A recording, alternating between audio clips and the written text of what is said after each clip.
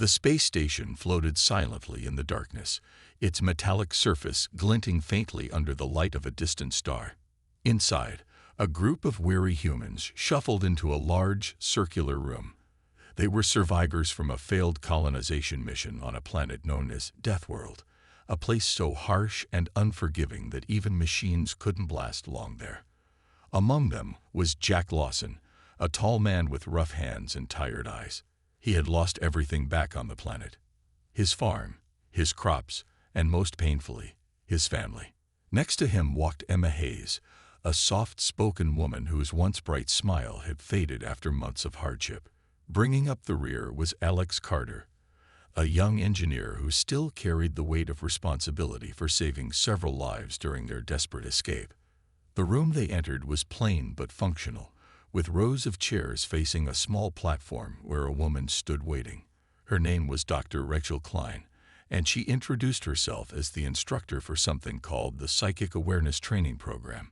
The survivors exchanged confused glances. Psychic awareness. None of them had signed up for anything like this. Most of them didn't even believe in such things. But here they were, stuck on a space station far from Earth, with no other options. Dr. Klein began speaking in a calm, steady voice. She explained that the program was designed to help people unlock hidden abilities within themselves. Abilities that might have been triggered by their time on Deathworld. "You've all survived conditions that would kill most people," she said. "That kind of resilience often awakens untapped potential." Jack crossed his arms and leaned back in his chair. He wasn't buying it. To him, this sounded like nonsense wrapped in fancy words. Emma, however, listened intently. She had always been curious about the mysteries of the mind, though she kept her thoughts to herself. Alex sat quietly, tapping his fingers against his knee. He wasn't sure what to think yet, but he knew better than to dismiss anything outright. After all, he'd seen enough strange things on Deathworld to know that not everything could be explained by logic alone. As the session continued, Dr. Klein led them through a simple exercise. She asked everyone to close their eyes and focus on an object she placed in the center of the room, a small glass sphere filled with swirling colors. "Don't think too hard," she instructed. "Just let your mind wander." For Jack, the exercise felt pointless.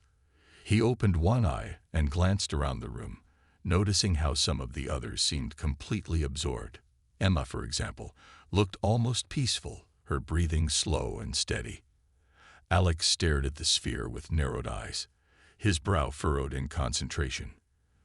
Then, suddenly, Emma gasped. Everyone turned to look at her. I felt something," she stammered. "Like warmth, but not from my body. It came from the sphere." Dr. Klein smiled. "Good. That's exactly what we're looking for." Jack rolled his eyes but said nothing. Later, as they left the classroom, he muttered to Alex, "This whole thing is a waste of time." Alex shrugged. "Maybe. Or maybe it's worth sticking around to see what happens next." Back in their quarters, Emma couldn't stop thinking about the warmth she'd felt. It had been so real, so vivid. Was it possible that she really did have some kind of ability? And if she did, what did that mean for the rest of them? Meanwhile, another survivor, Daniel Brooks, was growing increasingly frustrated. He hadn't felt anything during the exercise and blamed himself for being weak. As the hours passed, his frustration turned into anger. By the end of the day, he stormed out of the common area, muttering under his breath about leaving the station altogether. No one paid much attention to Daniel's outburst, at least not right away. But later that night, strange things started happening aboard the station. Lights flickered without warning, and faint whispers echoed through empty hallways. At first, the survivors thought it was just their imaginations playing tricks on them.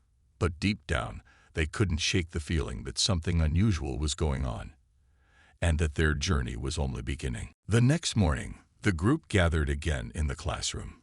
Though tensions were higher than before, Jack still wore a scowl, convinced the entire program was a waste of time.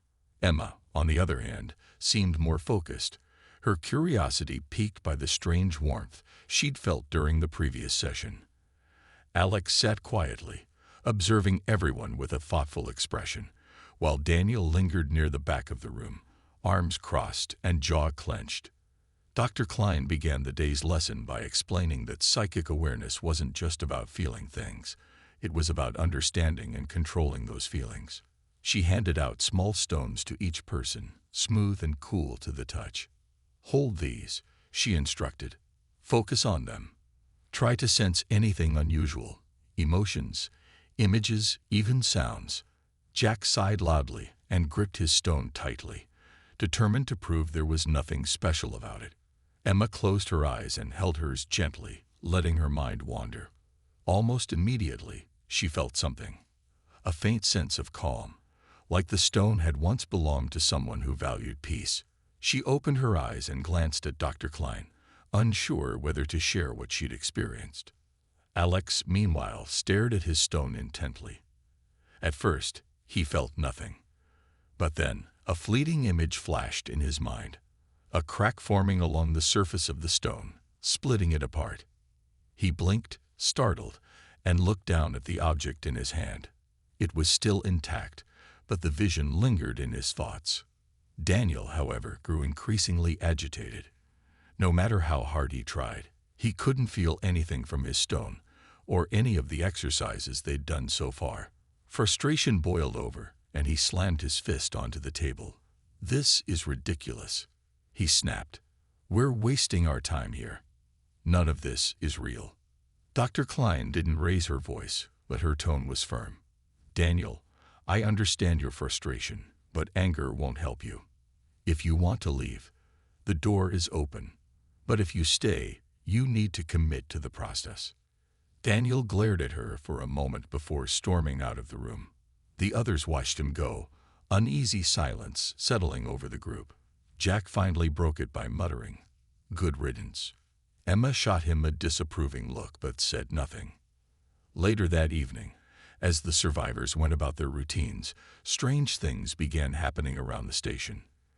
Lights flickered erratically, and doors opened and closed on their own.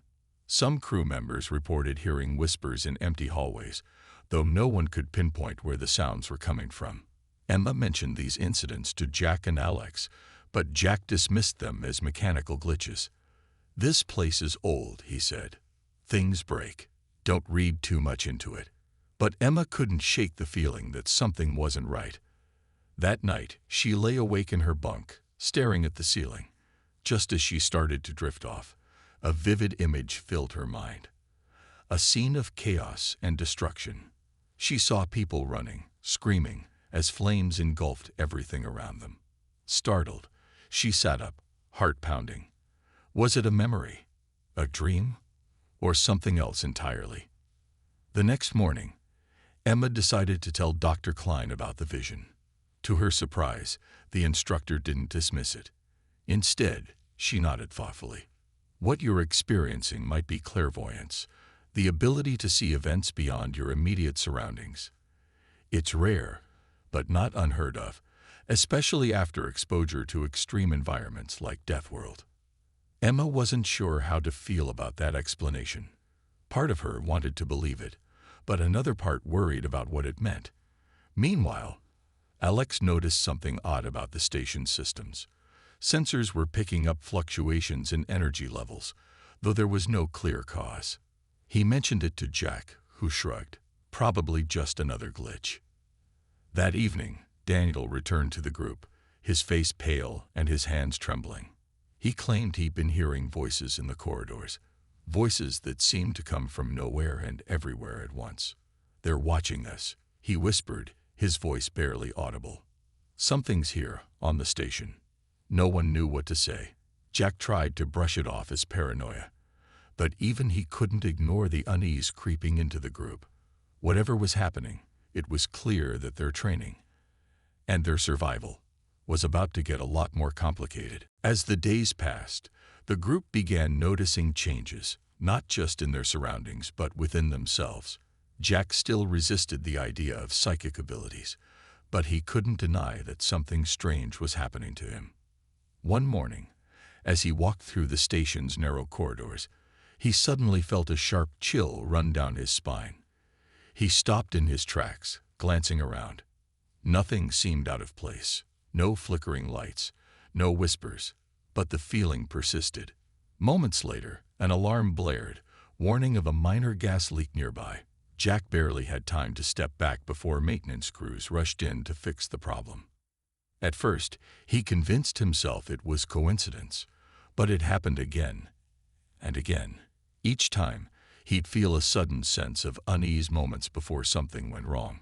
It wasn't always big things either. Sometimes it was as simple as knowing when someone was about to call his name or predicting which way a malfunctioning door would swing. Jack didn't tell anyone at first. He didn't want to admit that maybe, just maybe, there was something to this psychic nonsense after all.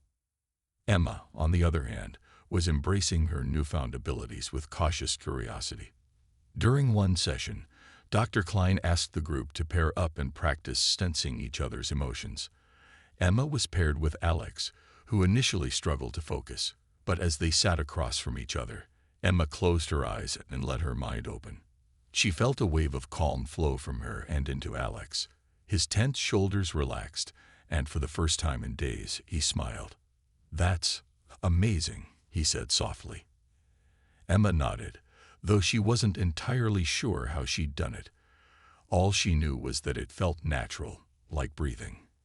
Alex, too, was discovering new aspects of himself. After the incident with the stone, he started paying closer attention to patterns around him. At first, it was small things, predicting when a machine would break down or noticing subtle shifts in the station's energy readings. But soon, his predictions became more precise. One evening, while working on a damaged console, he paused mid-repair. Something felt off. Without thinking, he traced a wire he hadn't noticed before and found a hidden fault line that could have caused a major power surge. The engineers were impressed, though Alex didn't mention the strange instinct that had guided him. Meanwhile, Daniel's behavior grew increasingly erratic. He avoided the group as much as possible, muttering to himself and jumping at every sound. When he did join them, his presence was unsettling. His eyes darted constantly, as if searching for something or someone. One night, during a training exercise, Dr. Klein asked everyone to focus on projecting a single emotion: peace.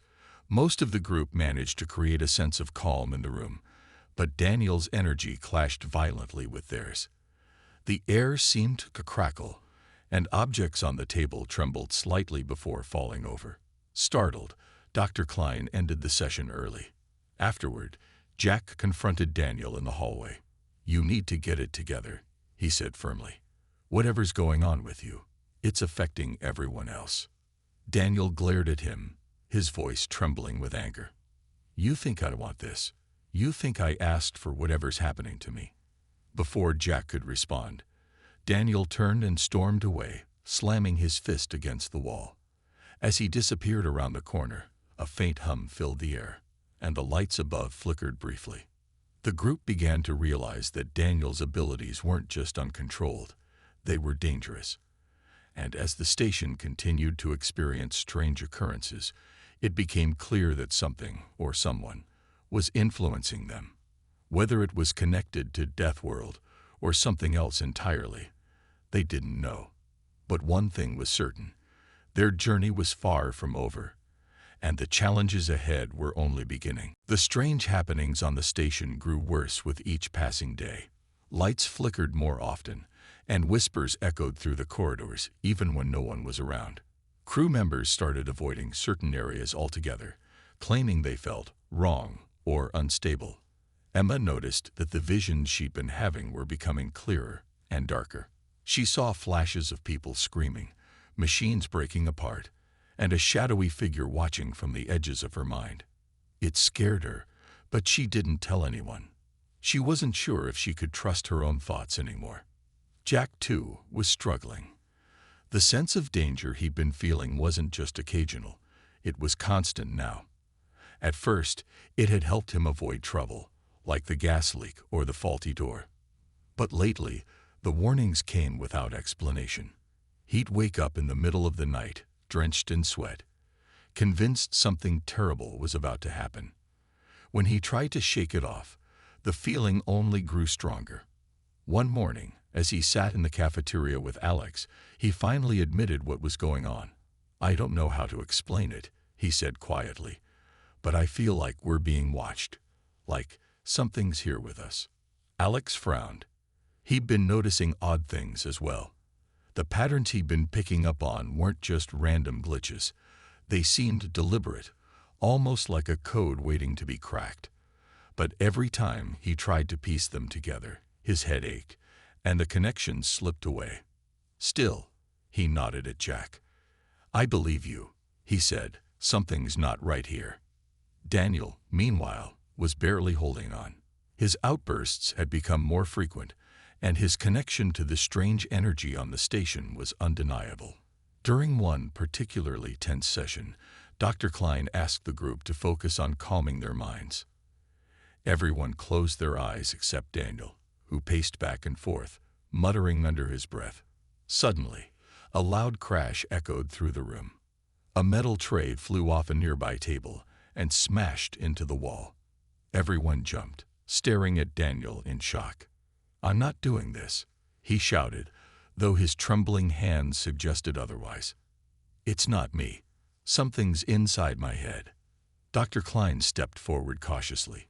"Daniel, take a deep breath. You need to." "No," he interrupted, his voice rising. "You don't understand. It won't stop talking to me." With that, he turned and bolted out of the room, leaving the others stunned. That night, Emma couldn't sleep. She lay awake, staring at the ceiling, when she suddenly heard a faint whisper.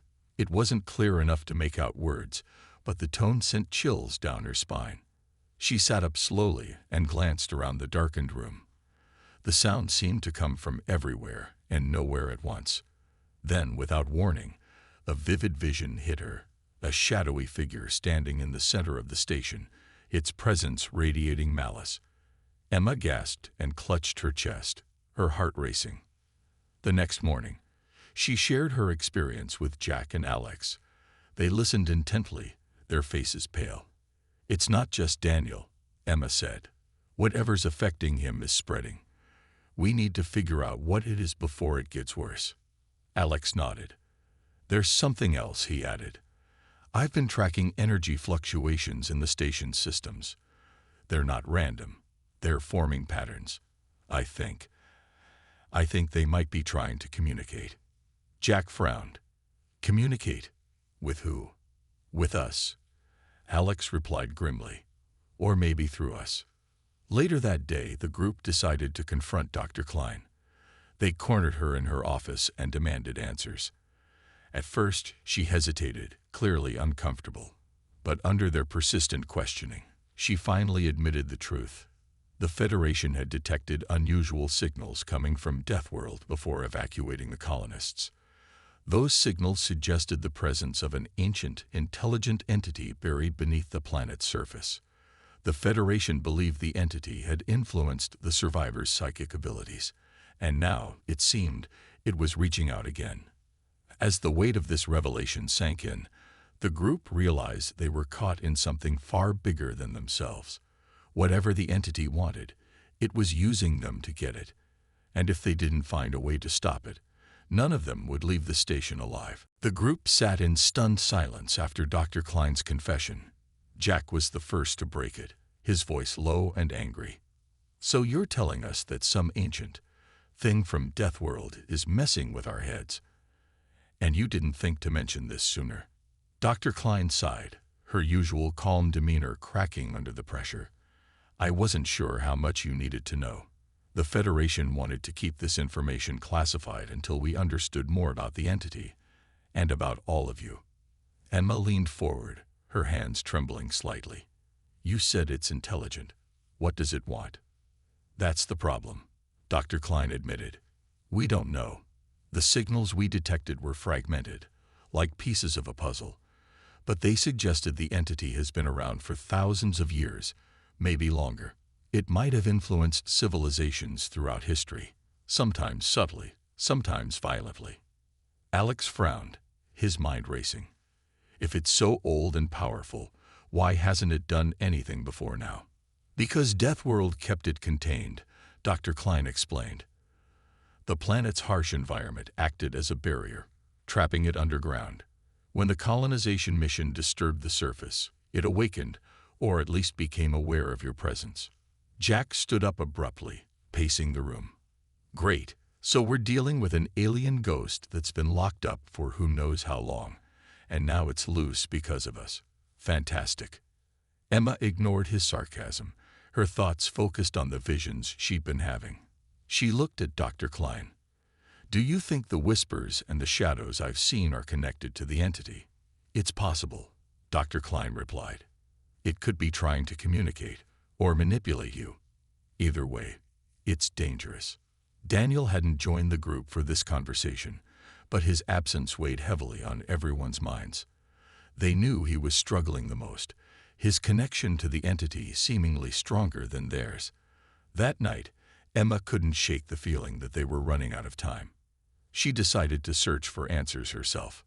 Using clues from her visions, she convinced Jack and Alex to help her sneak into a restricted area of the station, a secure lab where classified data about Deathworld was stored. The corridors leading to the lab were dimly lit and eerily quiet, but Emma's determination pushed them forward. When they reached the door, Alex quickly hacked into the security system, his fingers flying over the keypad. The lock clicked open, and they slipped inside.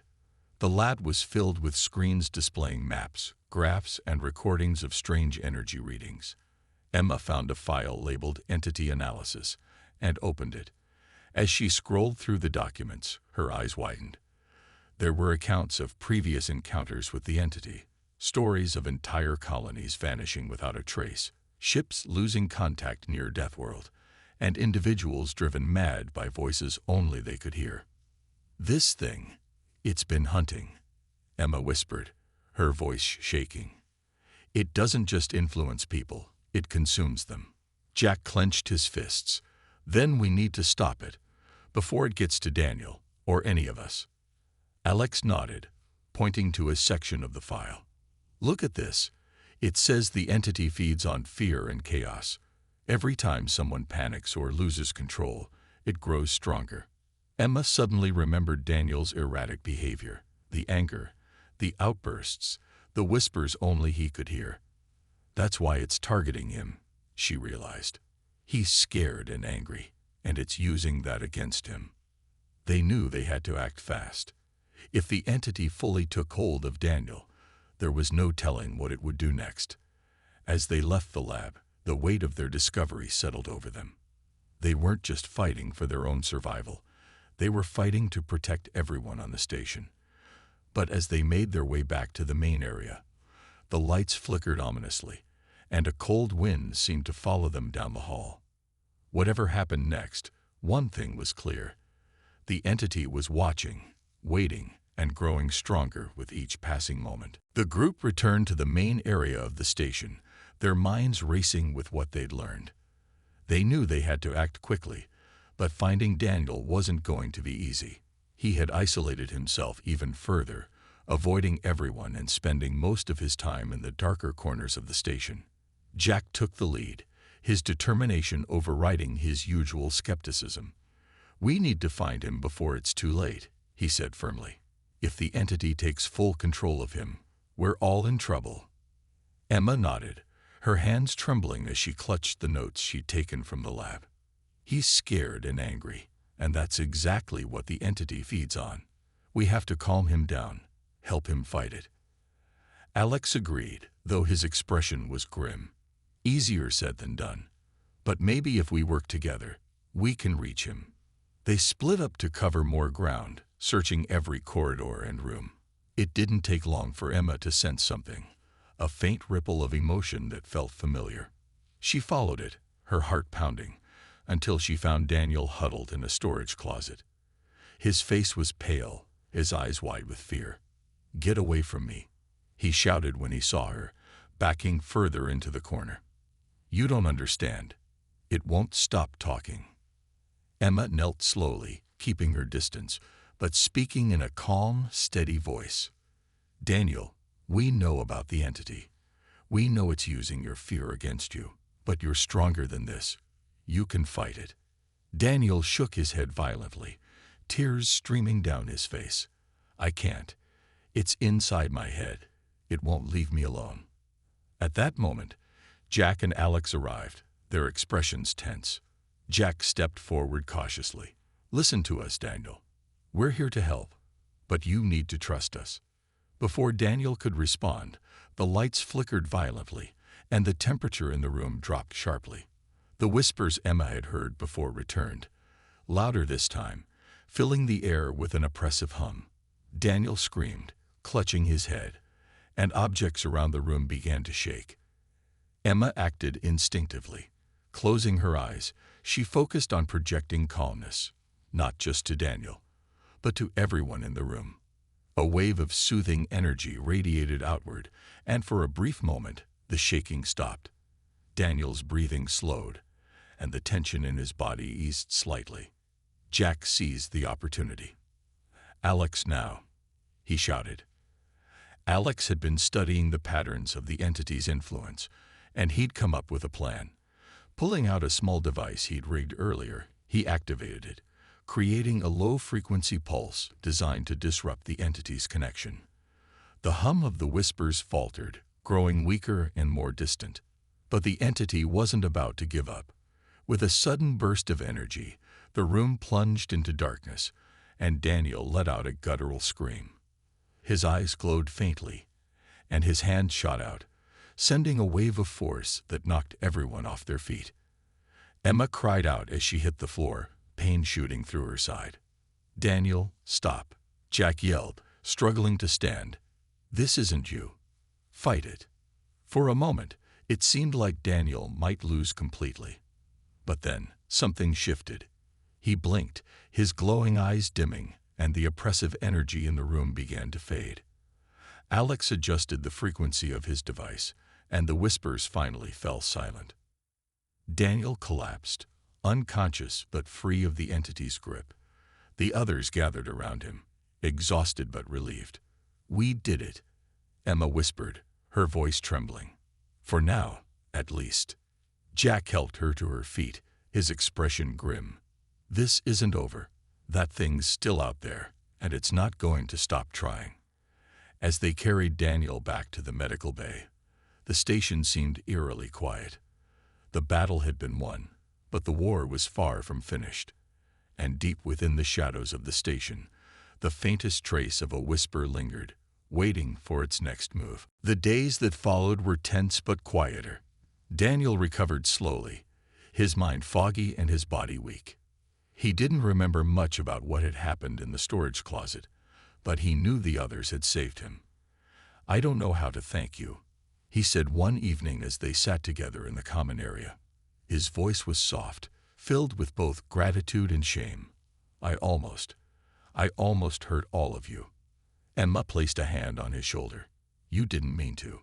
None of this is your fault. The entity used your fear against you, but now we know. We can fight it together. Jack nodded, though his usual scowl returned when he glanced at the station's flickering lights. Yeah, well, fighting it isn't going to be easy. That thing's still out there, watching us. Alex chimed in, holding up a small device, the same one he'd used to disrupt the entity's connection. I've been working on improving this. If we can amplify its range, maybe we can keep the entity at bay long enough to figure out a permanent solution. Dr. Klein joined them later, her expression serious but hopeful. She admitted she had underestimated the situation. And them. What you've done so far has been remarkable, she said. But the Federation wants answers. And they're sending reinforcements soon. Whether those reinforcements will help or make things worse, I'm not sure. The group exchanged uneasy glances. They didn't trust the Federation, not after learning how little they'd been told about the entity. Jack spoke up first. We can't rely on them. Whatever happens next, we handle it ourselves. Emma agreed. We've come too far to let someone else take over. This is our fight. As the days passed, The survivors worked together to prepare for whatever came next. Emma practiced controlling her ability to project calmness, knowing it could be their best weapon against the entity's influence. Alex fine-tuned his device, testing it in different parts of the station to ensure it would work when needed. Even Jack found himself embracing his newfound sense of danger, using it to anticipate problems before they arose. When the Federation ships finally arrived, the group made a bold decision. They confronted the officials, demanding transparency and control over how the entity was handled. To everyone's surprise, Dr. Klein stood by them, vouching for their abilities and determination. The Federation reluctantly agreed to let them stay involved, but only under close supervision. In the end, each survivor chose their own path. Jack decided to stay on the station, determined to protect those who couldn't defend themselves. Emma joined a research team dedicated to understanding psychic phenomena, hoping to turn their experiences into something positive. Alex continued working on his technology, dreaming of ways to bridge the gap between science and the unknown. Daniel, however, chose a different route. Still haunted by what he'd endured, he asked to return to Earth, where he hoped to rebuild his life away from the shadows of Deathworld. Before leaving, he thanked the group one last time. "You gave me a second chance," he said. "I won't waste it." As the station drifted silently through space, the whispers of the entity lingered faintly in the background, a reminder that their journey wasn't truly over. But for now, they had won a small victory. And in that moment, it was enough. Far away, among the stars, the ancient being stirred. It had been weakened, but not defeated. Watching, waiting, it began to plan its next move.